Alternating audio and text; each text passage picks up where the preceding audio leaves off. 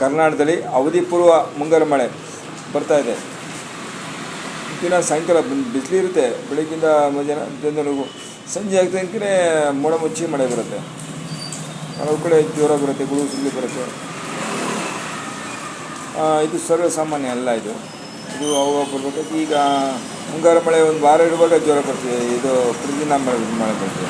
ಅಂದರೆ ರೈತರಿಗೆ ಒಂದು ಮ್ಯಾಕ್ಸಿಮಮ್ ಒಂದು 4-5 ದಿವಸ ಅಷ್ಟೇ ರೆಸ್ಟ್ ಸಿಗೋದು. ಗೊಬ್ಬರ, ಬಿತ್ತನೆ ಬೀಜ, ಗೊಬ್ಬರ ಎಲ್ಲ ಕರೆಕ್ಟ್ ಮಾಡೋಕ್ಕಾಗಲ್ಲ. ಸೊ ರೆಡಿ ಆಗಬೇಕು. ರೈತರಿಗೆ ಸಮಯ ಇಲ್ಲ, ಮಾಗಿ ಹೊಡಿ ಟೈಮ್ ಇಲ್ಲ. ಬೆಳಗ್ಗೆ ಬೇಗ ಹೊಡೆಯಬೇಕು, ಅದು ಸಾಯಂಕಾಲ ಅಷ್ಟೇ ಬರ್ತದೆ.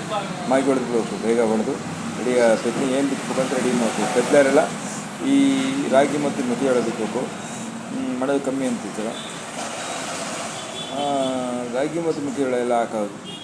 ಮೆಕ್ಕೆಜೋಳ ಗ್ಲಾಸ್ ಇಲ್ಲ, ಏನು ಕಾಲ ಅಂದರೆ ಮೆಕ್ಕೆಜೋಳ ಬೆಳಿಬೋದು. ಅದು ಗ್ಲಾಸ್ ಈ ಸಲ ಒಳ್ಳೆ ಇದೆಲ್ಲ ಬರ್ಬೋದು. ಎಳೆಕಾಲ ಮಳೆ ಕಡಿಮೆ ಈ ಸಲ. ಆಮೇಲೆ ಇನ್ನೂ 3 ದಿನ 5 ದಿನ ಮಳೆ ಸುರಿಯುತ್ತೆ ದಕ್ಷಿಣ ಕರ್ನಾಟಕದಲ್ಲಿ. ಉತ್ತರ ಕರ್ನಾಟಕದಲ್ಲಿ ಸ್ವಲ್ಪ ಇದಾದಲ್ಲಿ ಬರುತ್ತೆ.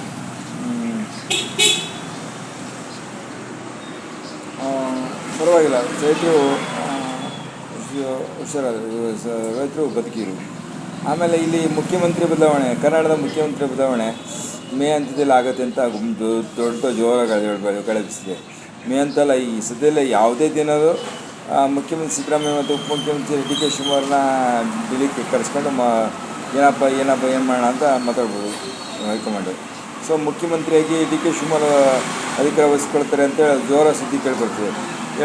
ಇದೆ ಮುಖ್ಯಮಂತ್ರಿ ಆಗ್ಬೋದು ಅಂತ ಕೇಳಿಬರ್ತಿದೆ.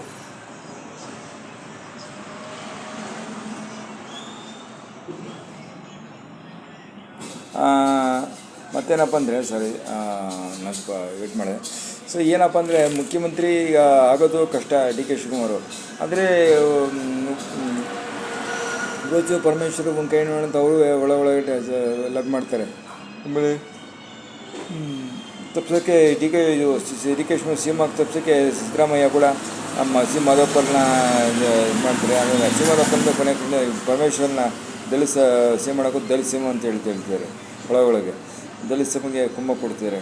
ನಾನು ಆಗಿದ್ದರೆ ಯಾವುದೇ ಕಾರಣಕ್ಕೂ ಒಕ್ಕಲಿಗ ಸಿ ಎಂ ಆಗಬಾರ್ದು, ಮೇಲುವರ್ಗ ಸಿ ಎಂ ಆಗಬಾರ್ದು ಅಂತ ಅವ್ರ ಐಡಿಯಾ.